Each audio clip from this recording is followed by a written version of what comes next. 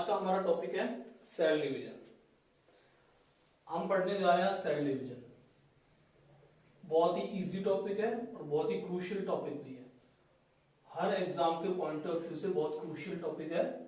Question आता ही आता है, ओके। और बहुत सारा कंफ्यूजन भी रहता है बच्चों को इसमें, ओके। आज क्लियर हो जाएंगे सारे कंफ्यूजन।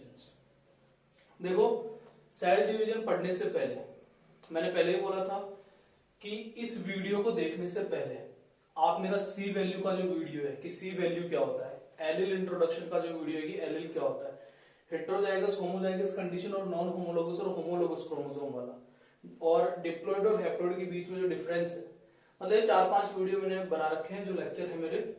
आप उनको एक बार देख लोगे ना, 4-5 मिला के घंटे भर के, ओके, 1 आवर वाले, वो देख के अगर ये पढ़ने आओगे तो बहुत इजी हो जाएगा आपके लिए सेल डिवीजन को समझना। नहीं देख के आओगे तब भी समझ में तो आएगा, ऐसी बात नहीं है। बट फिर मैं यहाँ पे सी वैल्यू बीच बीच में करूंगा तो जो नहीं पढ़ के आएगा उसको दिक्कत होगी, ओके। तो शुरू करते हैं सेल डिवीजन। देखो होता क्या है, सेल डिवीजन 2 टाइप का होता है। अपन देखो जनरली एक बार बात कर लेते हैं। एक तो कौन सा बताओ, माइटोसिस, और दूसरा कौन सा बताओ, मियोसिस। इसको बोलते हैं समसूत्री, इसको बोलते हैं अर्धसूत्री, ओके। तो देखो होता क्या है, कोई भी सेल है ना वो डिवाइड करती है, हर सेल डिवाइड करती है, ओके। हर सेल का राइट है डिवाइड करना, ऐसी कोई भी सेल नहीं है जो डिवाइड नहीं करेगी, सभी डिवाइड करेंगे। देखो तो एक्चुअल में अपन एक टॉपिक पढ़ते हैं जिसका नाम है सेल साइकिल। मैं आज सेल साइकिल नहीं पढ़ा रहा, मैं पढ़ा रहा हूं सेल डिवीजन। सेल साइकिल के बारे में थोड़ा सा आइडिया दूंगा मैं, ताकि सेल डिवीजन को समझना और इजी हो जाए। देखो अपन ऐसे एक साइकिल पढ़ते हैं, ओके।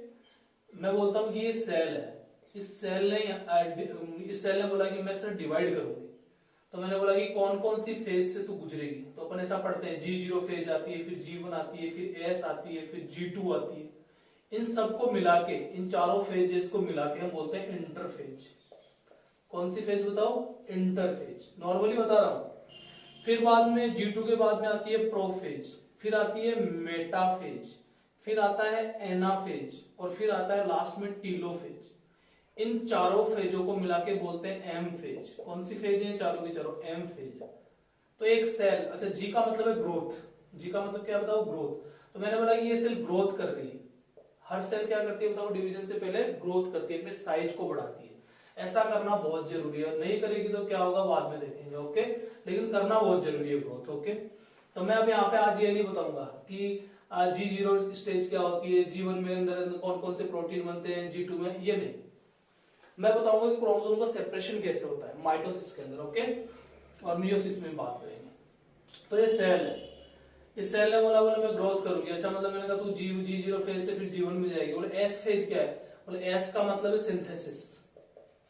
S का मतलब क्या बताओ, सिंथेसिस। मैंने कहा S का मतलब सिंथेसिस, किसका सिंथेसिस, बोला डीएनए का।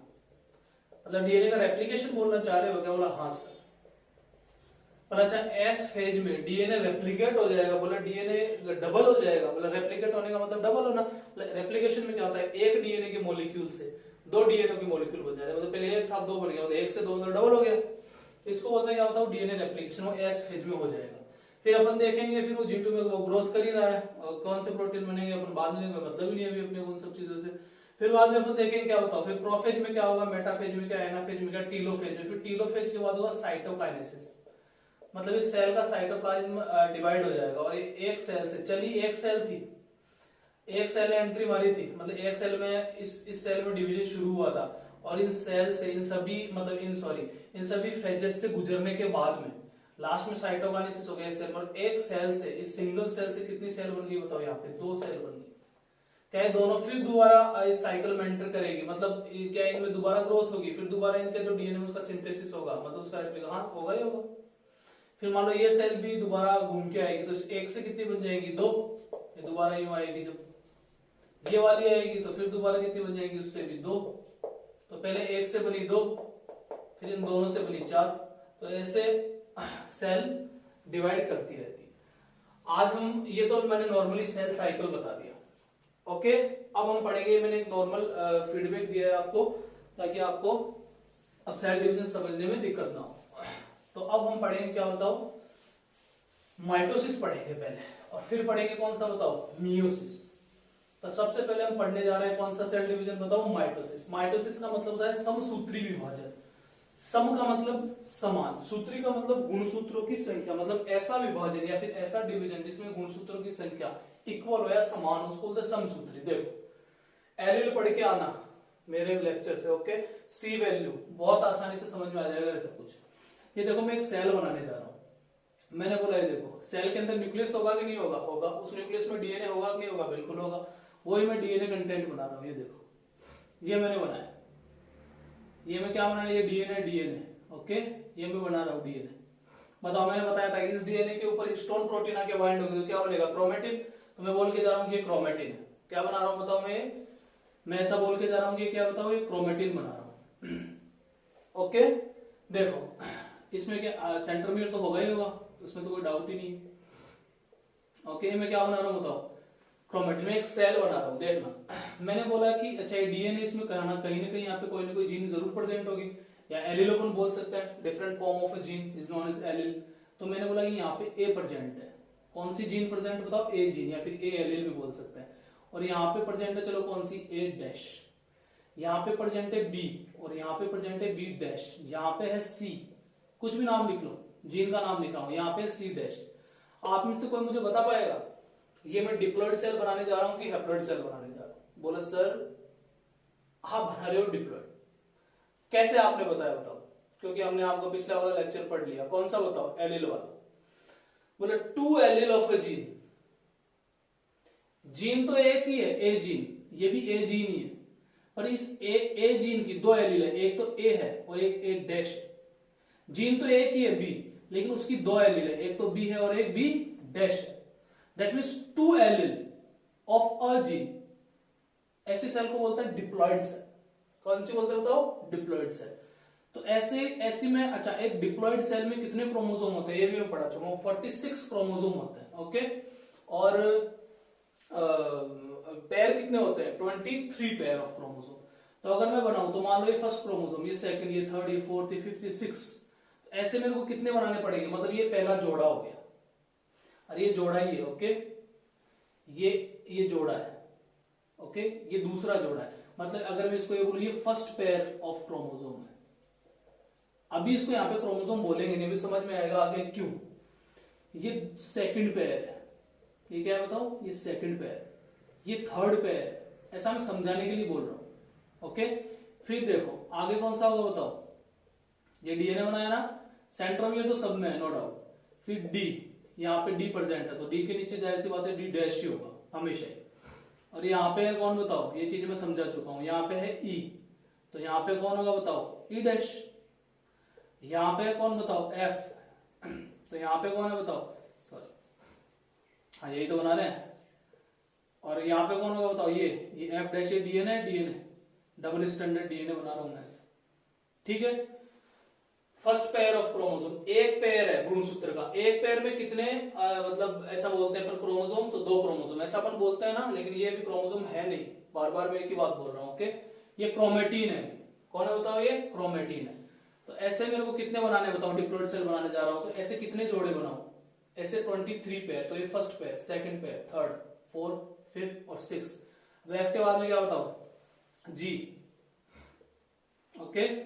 फिर एच, फिर I, J, K, L, M, N, O, P, Q, R, S, T, U, V और ये डब्ल्यू। ये बन गए 23 जोड़े। मैं बार बार इसको ऐसे नहीं बनाऊंगा, है ना, आप खुद बना लेना अपनी कॉपी में। ये डीएनए तो है, अब मैं एक सिंगल लाइन से आगे डिनोट कर देता हूं, आप समझ जाना, ओके। टाइम ज्यादा लग जाएगा ऐसे, ओके। एफ के बाद में क्या मान लो, चलो ये यहाँ पे जी प्रेजेंट होगी तो यहाँ पे जी डैश, फिर यहाँ पे ये एच तो एच डैश, ये दूसरा वाला। फिर ये अगर आई है तो ये आई डैश, जे, के dash, L, M, N, O, P और पी डैश, क्यू और क्यू डैश, क्यू के बाद में आर और आर डैश, एस और एस डैश, टी, आप बाद में क्या आएगा, यू, वी और क्या आएगा तो डब्ल्यू। ये फोर्थ पेयर, गौर से देखना, ये फोर्थ पेयर, फिफ्थ, ये 6, ये 7, ये 8वां, 9वां पेयर, 10, 11, 12, 13, 14, 15, 16, 17, 18, 19, 20, 21, 22 और 23, ये 23वां जोड़ा है। जोड़ा ये क्रोमेटिन है। ये स्ट्रक्चर जो है, ये स्ट्रक्चर, ये डीएनए तो है, डीएनए के ऊपर हिस्टोन प्रोटीन आके मान के चलो बाइंडेड है, तो ये क्या बोलूंगा मैं इसको, ये क्रोमेटिन है। क्या बताओ, ये है क्रोमेटिन। ये मैंने एक सेल बनाई है। क्या बनाई है बताओ मैंने, ये एक मैंने सेल बनाई है। और अब मैं आपसे पूछू ये सेल कैसी है, तो आप बोलोगे सर डिप्लॉयड है, आप बता तो चुके हो। मैंने कहा डिप्लॉयड क्यों है, बोले सर ये 2n है इसमें। अब मैं आपसे पूछू इसमें कितने क्रोमेटिन है, क्रोमोसोम तो बोल नहीं सकता। देखो क्रोमोसोम जो है ना वो कब बनता है, जब इस क्रोमेटिन के ऊपर नॉन हिस्टोन और आके बाइंड हो। हिस्टोन तो ये मैं पढ़ा चुका हूँ सारी चीजें, ओके वो। अच्छा तो ये क्रोमेटिन थोड़ी लूज फॉर्म होती है, मतलब जैसे ये जैसे क्रोमेटिन है, इस पे हिस्टोन की बाइंडिंग कैसे होती है वो अपन पढ़ लेंगे, ओके, न्यूक्लियोसोम सॉलिडोइड मॉडल में। तो क्रोमेटिन कंडेंस होके क्या बनाएगा, क्रोमोसोम बनाएगा। कंडेंस का मतलब बहुत सारी हिस्टोन प्रोटीन आके उस पे, देख लेना पुराना वाला वीडियो, ज्यादा नहीं बात करेंगे नहीं तो वीडियो बहुत लंबा होगा, okay. Diploid cell 2n, okay 2n बोलते हैं। अब मैं यहाँ पे पूछूं कि इस सेल की सी वैल्यू क्या है, तो सी वैल्यू वाला वीडियो देख के आओ। मैं बता चुका हूं, देखो सी वैल्यू का मतलब होता है हैप्लॉइड डीएनए कंटेंट। क्या होता है, तो हैप्लॉइड डीएनए कंटेंट। क्या ये सेल हैप्लॉइड है, नहीं, ये तो सेल डिप्लॉइड है। लेकिन अगर मान लो मैं हैप्लॉइड सेल बनाता तो मैं क्या करता, हैप्लॉइड सेल का मतलब 1 एलील ऑफ ए जीन। अभी तो मैंने 2 एलील बना रखी है, तो मैं सिर्फ ये एक ही स्ट्रक्चर बनाता हूं ऊपर वाली, इसको तो मैं हटा ही देता। इन दोनों में से मैं किसी एक को हटा देता, इनमें से भी किसी एक को हटाता, इनमें से भी किसी एक को मैं हटा ही देता। तो वो स्ट्रक्चर बनती है, वो क्या बनती है, हैप्लॉइड सेल की। और उसकी हैप्लॉइड सेल की सी वैल्यू होती है 1c। तो डिप्लॉइड की क्या होगी, डिप्लॉइड की तो जस्ट डबल हो जाएगी ना, क्योंकि यहाँ पे इसके जैसा मतलब इसका एक और मैंने बना दिया एलिल, ये रहा, इसका ये बनाया, मतलब डबल हो गया, एक की जगह 2। तो सी वैल्यू क्या हो जाएगी बताओ, डिप्लॉइड सेल की 2c। तो 2n है, डिप्लॉइड सेल है, किसके, इसकी सी वैल्यू क्या बताओ 2c। तो 2n इक्वल्स टू हम 2c लिख देंगे, कोई दिक्कत नहीं। समझ में आ रहा है, बहुत ही बढ़िया। क्रोमेटिन है, क्रोमेटिन, ये सारी स्ट्रक्चर ऐसी ही है, ओके, ऐसी ही है ये सारी, ठीक है। बार बार मैं सब में से सेंटर में लगा के नहीं बना रहा। ये फेज है कौन सी बताओ, चलो मैं बोल देता हूं कि ये जीवन फेज है। कौन सी बताओ, जीवन फेज में, ये सेल जीवन फेज में। इससे पहले G0 में भी थी। जीवन फेज में क्या कर रही है, कुछ नहीं कर रही, ग्रोथ कर रही है, कुछ प्रोटीन्स बन रहे हैं, अपने काम कर रही है, ओके। जीवन फेज है, जीवन फेज में सेल क्या कर रही है बताओ, ग्रोथ कर रही है, खाना वाना खा के मोटी हो रही है ताकि डिवाइड कर सके, ओके। फिर जीवन के बाद में चली जाएगी एस फेज में। कौन सी फेज में चली जाएगी बताओ, एस फेज में। ये मैं लेके जा रहा हूं इसको, कौन सी फेज में बताओ, एस फेज में मैं इसको लेके जा रहा हूं। बोले सर एस फेज में क्या होगा, बोले सिंथेसिस होगा। बोले किसका, बोले डीएनए का। बोले इसी डीएनए का क्या, बोला हाँ इसी का होगा। बोले सर जब इस डीएनए का, बोले देखो इस डीएनए का डायग्राम को एक बार आप यहां बनाओ सर जरा। बोले यही है क्या, बोला हाँ यही है। बोले 2 स्ट्रैंड होते हैं क्या डीएनए में, बोला हाँ 2 स्ट्रैंड होते हैं। बोला रेप्लिकेशन के टाइम पे क्या दोनों स्ट्रैंड अलग अलग हो जाते हैं, बोला हाँ बिल्कुल हो जाते हैं, ये रहा ये रहा। फिर इस स्ट्रैंड से एक नया डीएनए बनेगा। बोले ये कैसे बना, ये रेप्लिकेशन का टॉपिक अभी नहीं समझ में आएगा, इससे भी एक और नया। तो एक डीएनए मॉलिक्यूल से, सिंगल डीएनए मॉलिक्यूल से 2 डीएनए के मॉलिक्यूल बन गए। आ रहा है समझ में। तो यहाँ पे ये स्ट्रक्चर थी ऐसी, मतलब ये डीएनए था ऐसा, है ना। तो अगली स्ट्रक्चर में क्या ऐसी स्ट्रक्चर हो जाएगी, एक और डीएनए का ऐसा मॉलिक्यूल आ जाएगा। बोला हाँ, क्या ये स्ट्रक्चर इसमें मिल रही है, नहीं इसमें नहीं मिल रही है, इसमें तो बस यही है एक। लेकिन जो अगली होगी ना, अगली उसमें क्या मिलेगा बताओ, उसमें क्या होगा। जैसे अब मैं सेल बना रहा हूं, एस फेज बना रहा हूं, एस फेज बना रहा हूं। एस फेज में क्या होगा बताओ, ये तो है, देखो यहां बना लेते, ये तो है, ये तो ए तो है, ए वाली। तो चलो ये मैंने ऐसे बना ली, ये सेंट्रोमियर है, और ये इसका रेप्लिकेशन हो गया। रेप्लिकेशन का मतलब क्या था, रेप्लिका बनती है, रेप्लिकेशन में एग्जैक्ट कॉपी बनती है। ये जो नया वाला डीएनए बना है, जो डुप्लीकेशन हुआ है डीएनए का, ये एग्जैक्ट बिल्कुल इसके जैसा ही। अगर यहाँ ये ए था, ए एलिल था, इसके बाद तो यहाँ ये भी ए ही होगा। ए था तो ये भी है। यहाँ ये ए डैश वाला है, देखो ये ए डैश वाला है। तो इस ए डैश का जब होगा, इस ए डैश का, तो क्या होगा बताओ, ये तो ए डैश है ही जो यहाँ पे था, ये सेंट्रोमियर है ही, तो इसकी ये रही, ये भी ए डैश ही होगा, रेप्लीकेशन ही तो हो रहा है, रेप्लिका बन रही है उनकी। वाह बिल्कुल सही बात है। तो बोले बी के बारे में क्या ख्याल है, बोले कुछ ख्याल नहीं है, बोले बी का भी वही होगा। बोले अगर ये बी था तो ये भी बी होगा। अरे इस डायग्राम को बार बार मैं क्या ऐसे बनाऊं, ऐसे ऐसे डबल स्टैंडिंग दिखा के समझ जाओगे ना, टाइम बहुत लगेगा। ओके, इसलिए बार बार अब इसको अपन ऐसे नहीं करेंगे। तो ये बी था, तो बी से दो बी सेम बन गए, और बी डैश से भी क्या बनेंगे बताओ, बी डैश और बी डैश। फिर सी से क्या बनेगा, बोलो सी सी भी बनेगा, और क्या बताओ, सी डैश और सी डैश भी बनेगा। बोले डी से क्या बनेगा, बोले डी से डी डी बनेगा और डी डैश बनेगा, एप्लीकेशन हो रहा है। फिर बाद में क्या बताओ, ई भी बनेगा और ई डैश और ई डैश भी बनेगा। फिर एफ बनेगा और एफ डैश और एफ डैश भी बनेगा। फिर बाद में क्या बनेगा बताओ, जी और जी डैश भी बनेगा। फिर क्या बनेगा बताओ, एच एच और फिर एच डैश और एच डैश भी बनेगा। फिर I, J, K, L, M, N, O, P, Q, R, S, T, U, V और ये डब्ल्यू, ये लास्ट वाला ये डब्ल्यू। ये जो डब्ल्यू है ना, ये वाला डब्ल्यू, ये देखो ये वाला, क्या इससे इसका रेप्लिकेशन होगा, ये यही तो स्ट्रक्चर है, ये यही तो है, ये वाला डब्ल्यू, ये वाला। तो एक तो था डब्ल्यू पहले और एक और डब्ल्यू बन गया, और इस डब्ल्यू डैश से एक तो डब्ल्यू डैश था, एक और बन गया डब्ल्यू डैश। ये सारे वही नाम तुम लिख लो। जैसे यहाँ पे क्या लिखोगे, आई और आई डैश और आई डैश, आगे सारा लिख लो, J K L M N O P Q, इतना तो कर सकते हो। बोला हाँ, ये सेल है, सेल तो ये सेल है। ओके, ये एस फेज की सेल है। डीएनए कंटेंट क्या, डीएनए के क्या हो चुका है बताओ, रेप्लिकेशन हो चुका है। डीएनए का क्या हो चुका है बताओ, रेप्लिकेशन। इस फेज में देखो, जीवन फेज की जो मैंने बात की थी, इस फेज में अगर मैं आपसे पूछूं कि बताइए इस फेज में कितने क्रोमेटिन है, तो आप क्या बोलोगे बताओ, गिनो बताओ कितने क्रोमेटिन। ये एक क्रोमेटिन है, ये वाला, ये दूसरा क्रोमेटिन है, ये एक क्रोमेटिन, ये दूसरा, ये तीसरा क्रोमेटिन। तो गिनो 1 2 3 4 5 6 7 8 9 10 11 12 13 14 15 16 17 18 19 20 21 22 23 24 25 26 27 28 29 30 31 32 33 34 35 36 37 38 39 40 41 42 43 44 45 46 क्रोमेटिन है बोला सर इस सेल में, बहुत ही बढ़िया। डिप्लॉयड है ना, हाँ बोलो सर डिप्लॉयड क्यों बोला, 2 एलील ऑफ ए जीन, एक जीन की 2 एलील बोला डिप्लॉयड। सी कंटेंट बोला आपने बता तो दिया 2C है, क्योंकि हैप्लॉइड डीएनए कंटेंट डबल हो चुका है ना, तो 2C। बोला सर इस सेल के बारे में बताओ, इस सेल के अंदर अगर मैं आपसे पूछूं कितने क्रोमेटिन है, अगर मैंने पूछा है इस सेल में कितने क्रोमेटिन पूछ रहा हूं कितने क्रोमेटिन, तो बोलो गिनो। बोला सर एक क्रोमेटिन तो ये रहा, ये था ही, बोले इसका रेप्लिकेशन हुआ तो एक और इसके जैसा ही बन गया, तो बोला 2 क्रोमेटिन क्या बोला, हाँ तो ये पहला क्रोमेटिन तो ये और दूसरा ये, 3 4 5 6 7 8 9 10 11 12 13 14 15 16 17 18 19 20 21 22 23 24 25 26 27 28 29 30 31 32 33 34 35 36 37 38 39, पूरे गिन लेना भाई, 92 आएंगे।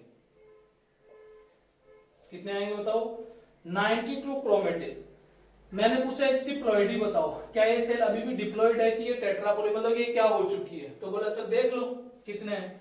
बोले यहाँ पे कितने, मतलब अगर थे बताओ, ये देखो यहाँ पे इसको क्या बोला था, एक पेयर बोला था ना, इसको एक पेयर बोला था। ओके देखो अब यहाँ पे जो कंसेप्ट आ रहा है वो एकदम सॉलिड कंसेप्ट है, यहीं पे बच्चों को कंफ्यूजन होता है, और अब वो होगा दूर। देखो है क्या, अगर मैं बोलूं कि बताओ इस सेल में, एक डिप्लॉयड सेल में कितने क्रोमोसोम होते हैं, तो आप क्या बोलोगे, बोलो सर 46 क्रोमोसोम होते हैं, ऐसा बोलते हैं। तो बोलो सर आप कैसे काउंट करते हो क्रोमोसोम को, बोलो सर अब मैं बताता हूं, सेंट्रोमियर के नंबर से काउंट करते हैं। एक सेंट्रोमियर का मतलब एक क्रोमोसोम, ये एक क्रोमोसोम है। ओके, इसको भी क्रोमोसोम बोलेंगे नहीं, है ये क्रोमेटिन, ये एक, लेकिन ऐसा अब समझाने के लिए बोल रहा हूं, ये एक क्रोमोसोम, ये दूसरा है, ये तीसरा है। ओके, एक सेंट्रोमियर का मतलब एक क्रोमोसोम काउंट होगा। तो ऐसे कितने सेंट्रोमियर है यहाँ पे, पूरे 46 सेंट्रोमियर, मतलब 46 क्रोमोसोम है। आ रही है वाली बात समझ? बोले सर इसके बारे में बताओ। बोले सर इसके बारे में ये है बात कि जब इसका रेप्लिकेशन हुआ था तो बोले एक नई कॉपी बन तो गई थी लेकिन सेंट्रोमियर तो एक ही है अभी भी, यहां पे भी एक ही सेंट्रोमियर था। बोले ये जो इसकी कॉपी बस ये क्रोमेटिन का नंबर ही बढ़ा है, बाकी क्रोमोसोम तो ये एक ही है। क्या इसकी प्लॉइडी चेंज हुई है? बोले सर अभी भी ये डिप्लॉइडी है। बोले कैसे? बोले ये देखो, बोले ये सिर्फ रेप्लिकेशन इसका एक कॉपी बनी है। बोले लेकिन सेंट्रोमियर काउंट करके ही तो अपने प्लॉइडी बताते हैं, मतलब क्रोमोसोम का नंबर बताते हैं। तो बोले सर क्या इसको दो क्रोमोसोम काउंट करेंगे? बोले ये पहला क्रोमोसोम, ये दूसरा। बोले नहीं कर सकते। बोले क्यों? बोले सेंट्रोमियर देखो एक ही है, मतलब क्रोमोसोम एक ही है। बोले फिर यहाँ पे बोले सेंट्रोमियर एक था तो इसको एक काउंट किया। बोले यहाँ पे भी सेंट्रोमियर एक ही है तो इस पूरे को एक ही काउंट करेंगे। तो ये पहला, ये दूसरा, ये तीसरा, ये चौथा, ओके, फोर्थ, ये फिफ्थ, ये पूरा 6, ये 7, 8वां, 9वां, 10वां, 11, 12, 13, 14, 15, 16, 17, 18, 19, 20, 21, 22, 23, 24, 25, 26, 27, 28, 29, 30, 31, 32, 33, 34, 35, 36, 37, 38, 39, 40, 41, 42, 43, 44, 45 और 46। बहुत ही बढ़िया।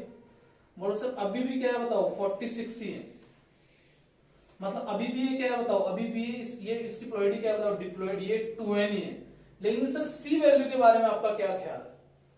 बोल सर सी वैल्यू को देखो जरा। बोले सर यहाँ पे आपने क्या बताया था? बोले यहाँ पे आपने ये बताया था कि हैप्लॉइड सेल के लिए सी वैल्यू होती है 1c। बोले सही बात है, क्योंकि हैप्लॉइड में एक ही एलील होती है, तो सिर्फ यही होगा। यहाँ भी ये नहीं होगा, सिर्फ ये एक ही भी होगा कोई सा। ठीक है, तो डिप्लॉइड में क्या हो गया था? बोले 2c हो गया था, क्योंकि एक ये है इसके जैसा ही एक और, मतलब 2 एलील, तो ये 2c हो गया। ये तो c था ओनली, और एक और से 2c हो गया। लेकिन सर इसमें देखो, इस a वाले का ये तो खुद 2 हो गए, और इस a डैश के भी 2 बन गए, तो ये तो 4 हो गए, मतलब ये तो 4c हो गया। बोला हाँ ये 4c हो गया। इसका मतलब यहाँ पे क्या DNA content, haploid DNA content 4c हो चुका है? बोला बिल्कुल सर हो चुका है। लेकिन क्या प्लॉइडी चेंज हुई है? बोला सर प्लॉइडी चेंज नहीं हुई, वो अभी भी डिप्लॉइड ही है।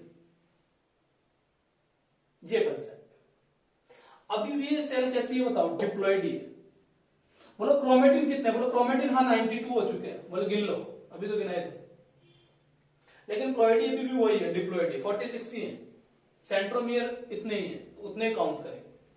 ये कंसेप्ट आगे आया समझ में? फिर देखो आगे कौन सी बताओ? एस फेज के बाद में कौन सी आती है बताओ? G2। G2 में दोबारा ग्रोथ कर लेगी, खा पी रही है डिवाइड करने के लिए। फिर G2 के बाद में कौन सी आएगी बताओ? फिर एम फेज, जो मैंने बताया एम फेज में सबसे पहले कौन सी आएगी? प्रोफेज। तो मैं यहां लिखता हूं, चलो यहाँ G2, फिर G2 के बाद में इधर लेके चलते हैं। चलो कौन सी बताओ? प्रोफेज। कौन सी आ रही है बताओ? प्रोफेज आ रही है। देखो प्रोफेज में क्या होगा? इस क्रोमेटिन का कंडेंसेशन हो जाएगा।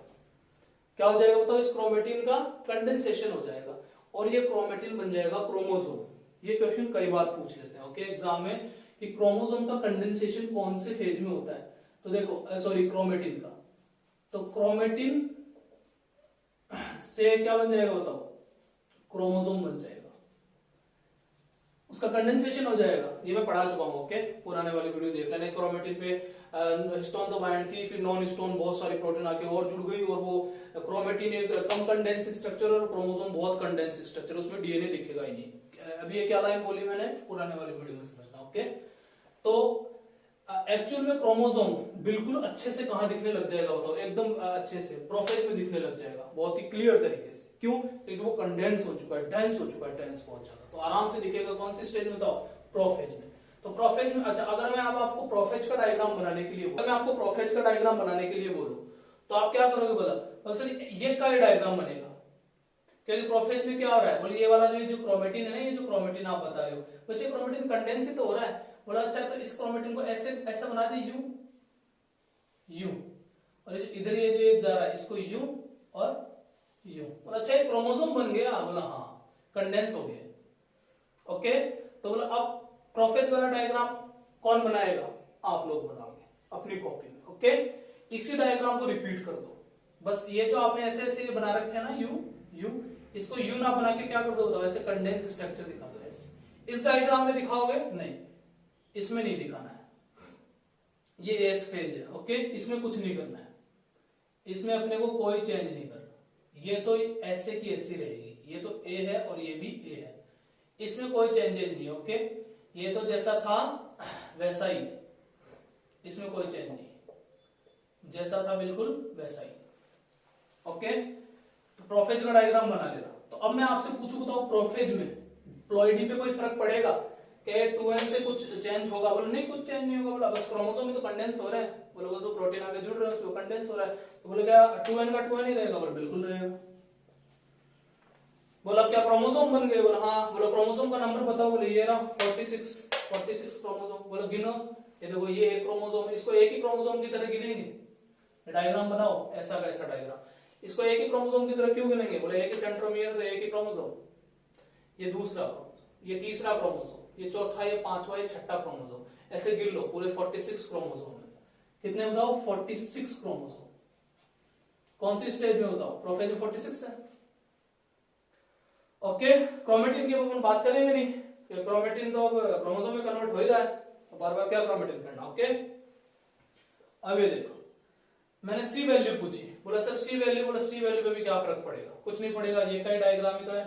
और आपने इस डायग्राम को ऐसा बना दिया, यूं ऐसे करके यू बना दिया, तो अंदर डीएनए कंटेंट तो वही है ना, बस प्रोटीन तो आगे बाइंड हुई है। बोला बात तो सही है। तो बोलो 2n इक्वल्स टू क्या होगा यहाँ भी? बोलो 4c होगा। सर इसमें तो कोई डाउट ही नहीं। ओके, क्या होगा बताओ? 4c होगा। यहाँ भी 2n इक्वल्स टू 4c था। कौन सी फेज में बताओ? एस फेज में।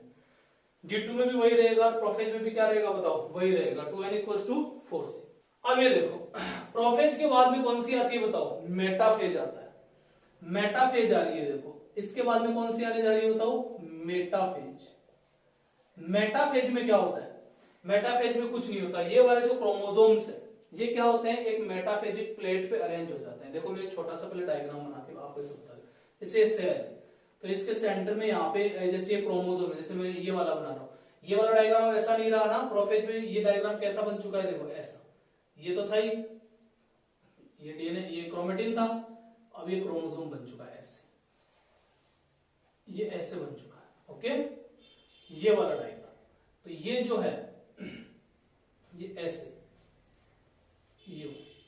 ये दूसरा क्रोमोसोम, ये फिर तीसरा क्रोमोसोम, ये फिर चौथा क्रोमोसोम, ये ऐसे अरेंज हो जाएंगे एक सेल के। इसको बोलते हैं मेटाफेजिक प्लेट। ये मेटाफेजिक प्लेट पे क्या हो गया बताओ? अरेंज। क्यों अरेंज हो रहे हैं देखेंगे। ये देखो, अब मैं इस डायग्राम को एक बार हटा के इसका अच्छे से पूरा डायग्राम बनाते हैं। देखते रहो, अब मैं बना रहा हूं। देखो अब अपन पूरे के पूरे अपन 23 लेके चल रहे थे, शुरू से 23 पेयर लेके चल रहे थे, तो यहाँ पे 23 बनाना पॉसिबल नहीं है, जगह नहीं बची। जितने बनते हैं उतने बना लेते हैं। 23 आप अपनी कॉपी में बनाना। ये देखो यहां बनाता हूं, चलो ये देखो, ये यहां बनाते हैं। चलो ये क्रोमोसोम है, देखो ये वाला बना रहा हूं, ये वाला है ना, ये वाला बनाने जा रहा हूं। ये मैंने बनाया, छोटा बना लेते हैं थोड़ा ऐसे। इसके अंदर डीएनए कंटेंट तो है ही, बार बार बनाने की जरूरत नहीं है। ए और ए, ये भी ए है और ये भी ए है, ये देख लो, ये भी ए है और ये भी ए है। ये वाला बना रहा हूं, ये वाला भी अरेंज इसके बगल में आके ऐसे अरेंज होगा, मेटाफेजिक प्लेट होगा। ये ए डैश है ना, ये भी ए डैश है और ये भी ए डैश है, दोनों ए डैश है। फिर बी की बारी आएगी, ये बी आ गया, ये भी बी है और ये भी बी है। फिर बी डैश की बारी आएगी, और ये भी बी डैश है और ये भी बी डैश है। और फिर किसकी आएगी? बोलो फिर सी की बारी आएगी। ये सी है और ये सी, ये क्या बी बड़ा है और ये छोटा है। ओके, जगह अपने पास जैसे वैसे बना रहे हैं। ओके, ऐसा कोई नहीं सोचना ये एक छोटा और बड़ा कैसे बना रहे हो सर। सी आ गया, फिर सी के बाद में कौन आएगा बताओ? फिर डी आएगा, फिर डी के बाद में डी डैश आएगा, फिर ई आएगा, फिर ई डैश आएगा, फिर ई आएगा, ये रहा, फिर ई डैश आएगा, फिर एफ डैश। ये पूरे डायग्राम आप ऐसे बनाओ। ये कौन करेगा? अरे इतनी मेहनत तो कर सकते हो ना। ये सेल है अपनी। ओके, ये क्या है बताओ? अपनी ये सेल है, सेल। इस सेल की पोल्स पे सेंट्रियोल होता है। क्या होता है बताओ? सेंट्रियोल। क्या होता है? सेंट्रियोल। ये सेंट्रियोल है। ये सेंट्रियोल क्या होता है? ये सेंट्रियोल कैसे बनता है? Centriole is MTOC, microtubule organisation centre. अपन अभी बात नहीं करेंगे, बस इतना से ध्यान रख लो, इन सेंट्रियोल से माइक्रोट्यूब्यूल्स निकलती है, और वो माइक्रोट्यूब्यूल ये जो क्रोमोसोम का जो सेंट्रोमियर, ये सेंट्रोमियर है, ये सेंट्रियोल है, दोनों अलग अलग है, कंफ्यूज मत हो। Centriole, centromere. इस सेंट्रियोल से माइक्रोट्यूब्यूल्स निकली और इस सेंट्रोमियर से अटैच हो गई। इस सेंट्रियोल से माइक्रोट्यूब्यूल निकली और इस सेंट्रियोल से अटैच हो गई, निकली और अटैच हो गई। यहाँ पे काइनेटोकोर प्रोटीन भी आके बाइंड होता है सेंट्रोमियर से क्रोमोसोम के, जिसके बारे में मैं अभी नहीं बता रहा, सिर्फ क्रोमोसोम पे अभी अपन फोकस कर रहे हैं कि उनका सेपरेशन कैसे हो रहा है। फिर सेंट्रियोल से निकला और सेंट्रोमियर से अटैच हो गया, कौन? माइक्रोट्यूब्यूल्स, ऐसे अटैच हो गई। ये सेंट्रियोल से ही सेंट्रोमियर से अटैच हो रही है, ओके। क्या यहाँ इससे भी निकलेंगी? बोल बिल्कुल निकलेंगी। क्या सेंट्रोमियर से अटैच होगी? बोला हाँ से बिल्कुल अटैच होगी। ये इससे कैसे बनी है माइक्रोट्यूब्यूल, अपने को पता है। कैसे बना सेंट्रियोल, ये भी अपन जानते हैं, ओके। पर आज भी देख पाएंगे। अब ये देखो, अब ये कौन सी फेज बताओ? मेटाफेज। मेटाफेज में अरेंज हो चुकी है, हो चुकी है। बोल सर मेटाफेज की प्रोबेबिलिटी बताओ। बोले कुछ भी तो नहीं है। बोले एस फेज में क्या प्रोबेबिलिटी थी? बोले ये थी 2n = 4c एस फेज में। तो बोले प्रोफेज में सिर्फ कंडेंस ही तो किया था इन क्रोमोसोम को, तो प्रोफेज में सेम ही रहेगी। मेटाफेज में क्या कर रहे हो? अरे उन्हीं क्रोमोसोम को बस मेटाफेजिक प्लेट पे अरेंज कर रहा हूं, बाकी तो कुछ चेंज किया ही नहीं। बोला सेम ही रहेगा। क्या बोला? सेम ही तो रहेगा। मेटाफेज में कितना बताओ? 2n ही है, मतलब डिप्लॉयड ही है। और सी वैल्यू कितनी बताओ? 4c। तुम गिन के देख लो चाहे, वो उतनी है, ओके। अब ये देखो, ये देखो, ये सेल है ना, ये 3D है। ये तो डायग्राम मैंने बोर्ड पे 2D बनाया है ना, एक्चुअल में सेल कैसी बताओ? 3D है। यो गोल है पूरी सेल, ऐसी होती है 3D। और ये जो क्रोमोसोम का ये जो अरेंजमेंट है ना, ये यूं है। देखो ये जो गोल सेल है ना पूरी, ये जो गोल सेल है, इसे मान लो ये गोल सेल है ना, तो उसमें यूं है। देखो एक क्रोमोसोम यहाँ, दूसरा यहाँ, थर्ड, फोर्थ, फिफ्थ, 6, 7, 8, 9, 10, मतलब ऐसे पूरे मेरे 12 यहाँ पे हो गए ना, पूरे 46 होने चाहिए थे, ओके। ये देखो कई बार बच्चों को ऐसे भी कंफ्यूजन हो जाता है। बोला सर के तो यहाँ तक ही पूछे, तो क्या आप दूसरा चक्कर लगाए? नहीं लगाना, ओके। ये देखो आ रहा है समझ में? कौन सी होगी बताओ? मेटाफेज। मेटाफेज के बाद में कौन सी आती है बताओ? एनाफेज। बोल सर इस एनाफेज में क्या होता है? एनाफेज में क्या होता है? बोले सर एनाफेज के अंदर कुछ नहीं होता। बोले ये जो माइक्रोट्यूब्यूल्स है ना, ये जो माइक्रोट्यूब्यूल्स है, कौन है बताओ? ये एम्प्टी माइक्रोट्यूब्यूल्स। ये क्या करती है बताओ? इस क्रोमोसोम को यहां से पकड़ के ऐसे अलग कर देती है, स्प्लिट कर देती है। क्रोमोसोम की स्प्लिटिंग हो जाती है। मतलब इस क्रोमोसोम को, ये जो ए और ए है ना, तो ये एक ए वाला, ये जो है ना, ये वाला, ये तो ऊपर चला जाएगा और ये जो नीचे वाला ये इस साइड आ जाएगा। ऐसे ही ए डैश दोनों, एक ए डैश ऊपर, एक ए डैश नीचे की तरफ। एक भी उस पोल की, मतलब उस साइड में स्प्लिट हो जाएगा, एक इधर। कौन स्प्लिट कर रहा है? माइक्रोट्यूब्यूल्स। कैसे? ये तो अलग कॉन्सेप्ट है कि कैसे एक माइक्रोट्यूब्यूल उधर जा रही है, मतलब उसको ऐसे खींच रही है, स्प्लिट कर रही है, वो तो अलग ही कॉन्सेप्ट है, ओके। वो आज नहीं देख पाएंगे, तो हमको सिर्फ इतना जानना है कि स्प्लिट करेगी। तो स्प्लिट करेगी तो अगला डायग्राम देखो, अगर इस क्रोमोसोम को पकड़ के यहां से यहां बाइंडेड है ना माइक्रोट्यूब्यूल, तो ऐसे पकड़ के यूं खींचेगी, तो सेंट्रियोल तो यहाँ ऊपर रहेगा, मतलब ये जो सेंट्रोमियर है वो तो, और आर्म्स जो है इसकी वो यूं रहेगी कि नहीं रहेगी? देखो एक चीज यहीं पे बता देता हूं, ये जो क्रोमोसोम बना है ना, ये क्रोमोसोम जो कि प्रोफेज में बन गया था इसके कंडेंसेशन से, है ना। तो ये जो क्रोमोसोम है ना, जो कि मैंने यहां भी बनाया हुआ है, देखो यहां से समझा देता हूं। इस क्रोमोसोम को, इस वाले को क्रोमेटिड बोलते हैं। इसको क्या बोलते हैं बताओ? इसको क्रोमेटिड। ये एक क्रोमेटिड है और ये दूसरा क्रोमेटिड है। ये दोनों आपस में सिस्टर क्रोमेटिड्स हैं। क्या बोलेंगे इनको बताओ? ये सिस्टर है, सिस्टर। ये सिस्टर ही तो है दोनों। देखो इसी को मैंने कंडेंस करके क्रोमोसोम बनाया था ना, ऐसे ऐसे भी डायग्राम समझाया था। ये क्या बताओ? दोनों सिस्टर ही तो है एक्चुअल में देखा जाए तो, क्योंकि ये क्या बताओ? ये रहा, इसका रेप्लिकेशन होके इसकी बहनी तो बनी है, एग्जैक्ट कॉपी। बोला हाँ सर एग्जैक्ट कॉपी बनी, क्या बात है। बोले इसलिए इनको सिस्टर बोला गया? बोला हाँ इसलिए तो इनको सिस्टर क्रोमेटिड बोल दिया, सिंपल।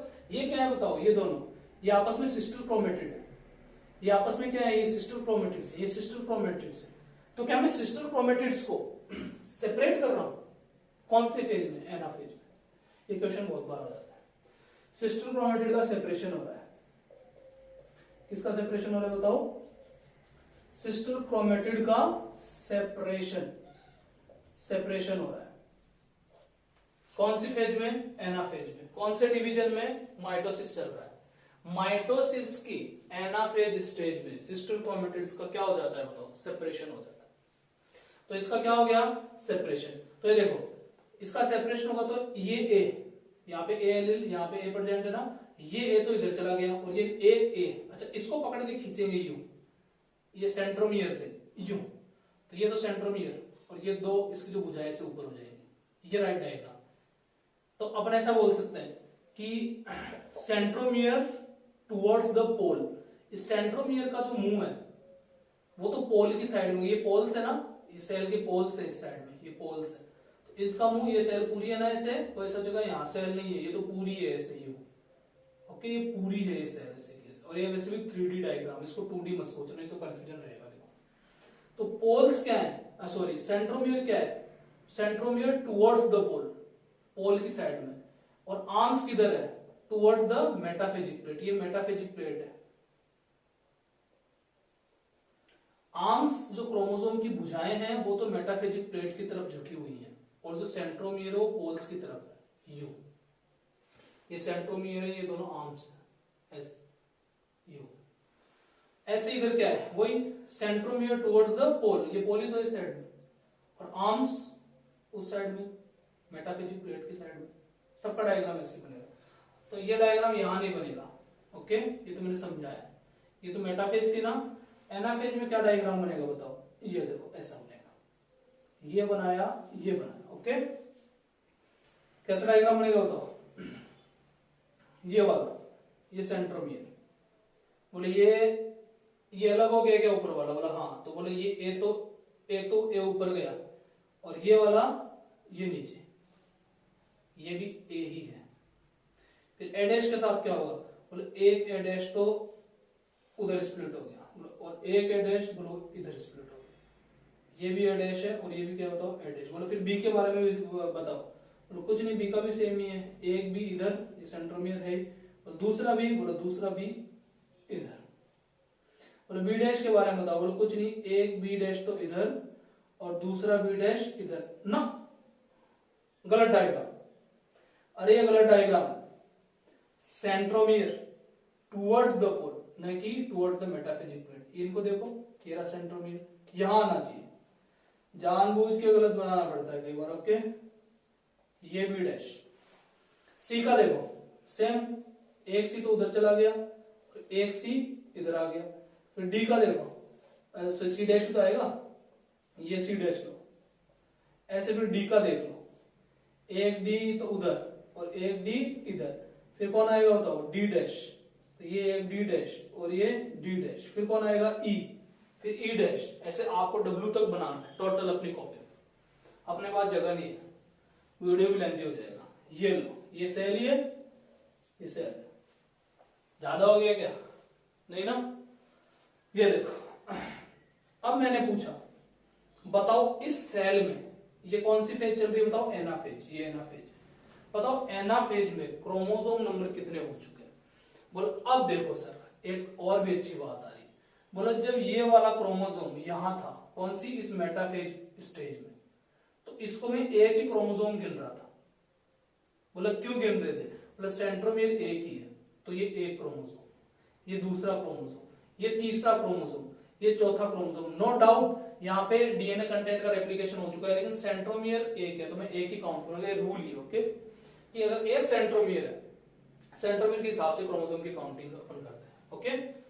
बोले लेकिन सर जब इनकी स्प्लिटिंग हुई, ये जब अलग अलग हुए, तो इसका सेंट्रोमियर इधर है और इसका सेंट्रोमियर अलग है इधर, तो अब इन दोनों को आफ्टर स्प्लिटिंग ऑफ क्रोमोसोम इसको अलग काउंट करेंगे और इसको अलग काउंट करना पड़ेगा, ये कंसेप्ट है। तो ये पहला क्रोमोसोम है, ये दूसरा, ये तीसरा, ये चौथा, पांचवा, छठा, सातवां, आठवां, ऐसे तुम ऐसे पूरे बनाओगे ना डब्ल्यू तक पूरे, तो यहां पे ऊपर ऊपर की तरफ 46 क्रोमोसोम गिन लो, आ जाएंगे आराम से। और सेम टू सेम नीचे है, सेम ही तो है, ए डैश, बी डैश, सेम इधर भी 46। बिल्कुल सर सही बात है। तो बताओ इस सेल में टोटल क्रोमोसोम बताओ। बोलो सर इसमें तो 46 और 46 कितने होते हैं? 92 होते हैं। क्रोमोसोम कितने होते हैं बताओ? 92। चलो मैं यही लिख देता हूं, क्रोमोसोम कितने हो चुके हैं? 92 क्रोमोसोम हो चुके हैं। बोले सर क्या ये सेल डिप्लॉयड है? नहीं, डिप्लॉयड तो ये होती है 46 क्रोमोसोम जिस सेल में होते हैं। बोले जिसमें 46 होते हैं उसको बोलते हैं हम 2n, और इसमें तो 46 और है, मतलब 2n और है, तो 2n और 2n मिला के कितने हो गए? बोला 4n। बोला हाँ 4n। तो एनाफेज में, इस एनाफेज में क्या हो जाता है? मतलब प्लॉइडी चेंज हो जाती है। अभी तक क्या चली आ रही थी बताओ? मेटाफेज तक क्या थी? 2n था, ये रही, लेकिन एनाफेज में 4n हो चुकी है। और सी वैल्यू क्या है? सी वैल्यू तो वही रहेगी ना, 4c। सी वैल्यू तो वही है शुरू से, यहीं से यहां चेंज हुई थी, यहां 2c से 4c हो गया था, डीएनए का एप्लीकेशन हुआ था। तो यहां भी 4c है, यहां भी 4c है, वही डीएनए चल रहा है, यहां भी 4c है, ये रहा 4c। तो 4n इक्वल्स टू 4c, ये कौन सी स्टेज में आ जाता है? एनाफेज में आ जाता है। एनाफेज में क्या होता है बताओ? 4n इक्वल्स टू 4c हो जाता है। कौन सी फेज में होता हो? एनाफेज के अंदर 4n इक्वल्स टू क्या हो जाता है? 4c। ये इतनी बात हो गई, ओके। अब अगली स्टेज कौन सी आएगी बताओ? टीलोफेज। तो टीलोफेज में क्या होगा बताओ? टीलोफेज में ये जो क्रोमोसोम्स है वो इन एंड्स की तरफ, जैसे अभी तो यहाँ थे मेटाफेज में, फिर इनकी स्प्लिटिंग हुई, ये अलग अलग हो गए, यहाँ है अलग अलग हो गए, फिर यहाँ से फिर ये मूव करना शुरू करेंगे पोल्स की तरफ। किसी को ऐसा तो नहीं लग रहा बोले सेल तो आपने इतनी बनाई है, ये तो पोल के पोल पे ही तो पड़े हैं। अरे सेल इतनी नहीं, अपने पास जगह नहीं थी इसलिए अपने सेल को इतना ही बनाया, ओके। ये सेल यहाँ तक मानो, ओके। इधर स्प्लिटिंग हुई है, अब जाएंगे पोल की तरफ मूव करते हुए, तो जो पोल की तरफ जा रहे हैं उस फेज को बोलते हैं टीलोफेज। बोलो वो एंड्स की तरफ जा रहे हैं, ओके। तो इसको थोड़ा रफ करना पड़ेगा, तो अपनी अगली स्टेज बनेगी कौन सी बताओ? टीलोफेज। अब ये देखो, अब हम बनाएंगे कौन सी फेज? एनाफेज तक हो गया था, एनाफेज में 4n इक्वल्स टू 4c हो चुका है। अब अपन पढ़ेंगे क्या बताओ? टीलोफेज। टीलोफेज में क्या होगा बताओ? कुछ भी नहीं, ये एंड्स की तरफ ही तो जा रहे हैं। अब क्या मैं इस डायग्राम को पूरा दोबारा बनाऊं? नहीं ना। क्या करना है तुमको? एक ऐसे डायग्राम बनाओ अपनी कॉपी में, और इन सारे क्रोमोसोम्स को, जो तुमने 13 तो 8 ही बनाए, तुम पूरे 46 बनाओ, 46 इधर 46 उधर, और फिर उन सबको यहाँ इन एंड्स के पास पहुंचा दो। इसमें थोड़ा सा बीच में रख लो, मतलब ऐसे सेल बनाओ और यहाँ सीक रख लो, और फिर टीलोफेज में इनको एंड्स के पास पहुंचा दो। इतना काम कर लो, कर सकते हो ना? उसके बाद में क्या होगा देखो, चलो मैं बना देता हूँ, ये क्या बनाते हैं, ये लो, जल्दी जल्दी अपन ही बना लेंगे। ये लो, ये लो, ये लो, ओके। कौन सा बनाना बताओ? A dash, B dash, C dash, D और डी डैश, इतने ही बनाए ना, ओके। और इनका मुंह ऊपर ने ऊपर कर दिया ना, तो यहां बनेगा नीचे। चलो इसको और रफ करते हैं, ये तो अपने किसी काम का ही नहीं है ना, ये तो मेटाफेज का डायग्राम है। ये 4n 4c है, इसमें क्या रखो? एनाफेज क्या बताओ? 4n equal to 4c। ये क्या बताओ? इधर यूं होगा,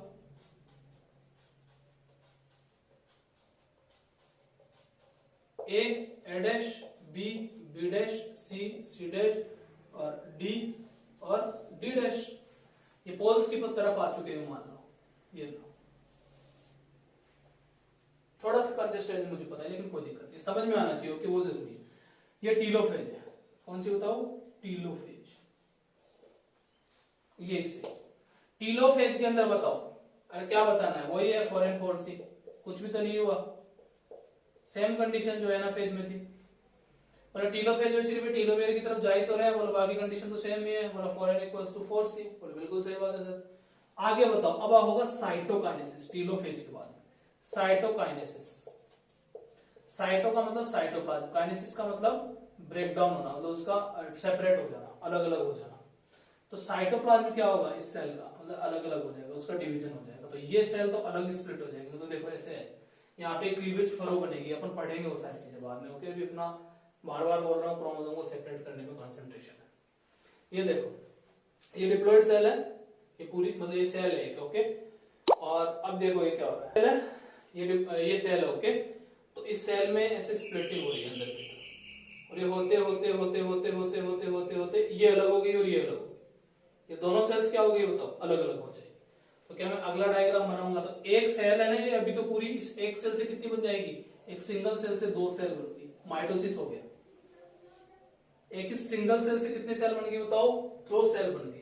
अब तो इस सेल के अंदर इस ऊपर वाली में ये यहाँ की कितने क्रोमोसोम थे, 46 थे, वही तो मूव किए पूरे 46, ऊपर की तरफ 46, नीचे की तरफ। तो 46 क्रोमोसोम तो इस सेल में और 46 ही इस सेल में चले गए। बहुत ही बढ़िया सर। 46 ऑन द डिप्लॉइड, बोला हाँ। बोला अच्छा ये वाला ए और ये वाला ए डैश, जब ये क्या है दोनों आपस में कंबाइंड हो जाएंगे, बोले बिल्कुल हो जाएंगे। ये लो, ये वाला ए रहा ये और ये वाला ए डैश रहा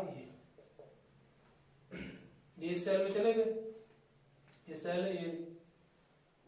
ओके, क्या सर आप डिप्लॉइड सेल बनाने जा रहे हो, बोला हाँ। बोला कैसे, 2 एलील ऑफ ए जीन। बोला सर ये दोनों आपस में बाइंड क्यों हुए, ये मैं पढ़ा चुका हूं, होमोलोगस है एक दूसरे से। अरे ये देखो ये यहीं से तो आ रहे हैं, ये फर्स्ट डायग्राम ये रहा, ये इसलिए मैंने रफ नहीं किया। ये वाला जो एक ये क्रोमोसोम कहां से मिला है, ये वाला, ये एक तो मिला है फादर से और ये एक मिलता है किससे बताओ, मदर से। ओके, तभी तो डिप्लॉइड बनता है ऑर्गेनिज्म, तो मैं 70 बार बता चुका हूं, स्पर्म बना के, ओवा बना के। ओके, और देखने के बाद ठीक है। अब देखो है क्या, इस ए ने इसके साथ बाइंड किया, मैंने बताया था first chromosome always bind with first chromosome, first chromosome of father always bind with first chromosome of mother, and second chromosome of mother मतलब फादर, कुछ भी बोलो। Okay, first second chromosome of mother for father. Okay, क्या mother father होगा। Okay, ये देखो, अब ये देखो ये बी किसके साथ बाइंड करेगा बताओ, ये रहा देखो। ओके, ये बी है और ये बी डैश के साथ, फिर ये सी किसके साथ बाइंड करेगा बताओ, ये सी इसके साथ बाइंड करेगा, ये सी डैश के साथ, फिर ये डी किसके साथ बाइंड करेगा बताओ, ये डी डैश के साथ। अच्छा सर आप डिप्लॉइड सेल बना दिए, बोला हाँ। बोले यही तो होता है माइटोसिस में, किसी डिप्लॉइड सेल में अगर माइटोसिस होगा, समसूत्री, माइटोसिस का मतलब क्या होता है बताओ तो, समसूत्री, सम का मतलब समान, सूत्री का मतलब सूत्रों की संख्या, मतलब ऐसा डिवीजन जिसमें गुणसूत्रों की संख्या समान ही रहे एंड तक, मतलब एंड के अंदर जब 2 सेल बन जाए। मतलब शुरू में क्या थी, बोला 46 थी, ये मतलब प्लॉइडी कैसी थी, डिप्लॉइडी थी, और लास्ट में बोले डिप्लॉइडी, ये वाली सेल बोले सेम है, ये भी डिप्लॉइड। बोले इसमें क्या होगा, बोले इसमें ये सेम डायग्राम बनेगा, ए डैश के साथ बाइंड होगा, बी डैश के साथ, ये वाला आप बना, ये माइटोसिस कंप्लीट हो चुका है। ओके, बहुत ही इजी था। ओके, ये हमारा माइटोसिस कंप्लीट है।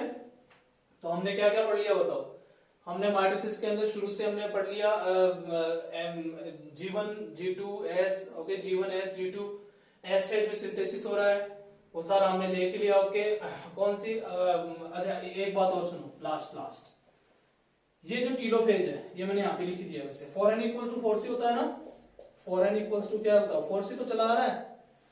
अब जब ये सेल स्प्लिट हो गया, 2 में डिवाइड हो गई, यू 2 बन गई ना एक से, इसमें इसकी बताओ, इसकी ये 2n है, 2n = क्या, अरे 4n की आधी, ये आधी होगी ना सेल, आधे क्रोमोसोम उधर चले गए और आधे इधर चले गए, तो ये तो 4n थी, बट 4n का आधा हो गया तो 2n, मतलब आधा तो इसमें 2n, और 4c का आधा 2c। अच्छा ये 2n = 2c और ये भी 2n = 2c हो जाएगी। बोला आप गिन के देख लो, चाहे ये डिप्लॉइड है 2n है, और सी वैल्यू कितनी है, बोले पहले वाली जितनी है, ये भी 2n = 2c थी, तो समसूत्री में तो सेम ही सेल बनती है लास्ट में, और ये 2n 2c थी, तो बोले ये भी 2n 2c है, और वो भी 2n 2c है, ये भी 2n 2c है, सेम, कोई चेंज नहीं। ओके, तो ये क्या है बताओ, ये माइटोसिस है। प्रोफेज पढ़ लिया, प्रोफेज में क्या हो जाता है बताओ, कंडेंस हो जाता है, कौन, क्रोमेटिन कंडेंस होके बन जाता है क्या बताओ, क्रोमोसोम बन जाता है। अच्छा मेटाफेज प्लेट में के बारे में एक लाइन और बोलता हूं लास्ट में, कि मेटाफेज प्लेट में मेटाफेज स्टेज में जब वो क्रोमोसोम मेटाफेजिक प्लेट पे अरेंज हो गए थे, ओके, तो वो देखो कई बार पूछ लेते हैं कि क्रोमोसोम को स्टडी करने के लिए या उसको देखने के लिए सबसे बेस्ट स्टेज कौन सी है, तो वो है मेटाफेज। कौन सी है बताओ, मेटाफेज, क्योंकि मेटाफेज में वो क्या है बताओ, लीनियरली अरेंज्ड पूरे के पूरे एकदम अच्छे से। तो उनको स्टडी करने में बहुत ही आसानी रहती है। कौन से में बताओ? मेटाफेज प्लेट के अंदर। तो क्रोमोसोम स्टडी कौन सी में कर लेते हैं अपन? मेटाफेज स्टेज में कर लेते हैं। तो ये था क्या होता है? माइटोसिस। आई थिंक अब इसमें कुछ नहीं बचा। ओके, सारा अपना कंप्लीट हो गया है। तो सी वैल्यू अपन ने देख लिया, डिप्लॉइडी प्लॉइडी कहाँ चेंज हो रही है, कहाँ कितने क्रोमोसोम।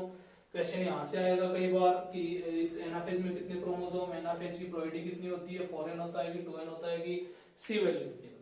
ओके, ये था हमारा माइटोसिस का वीडियो। नेक्स्ट वीडियो आएगा मियोसिस पे।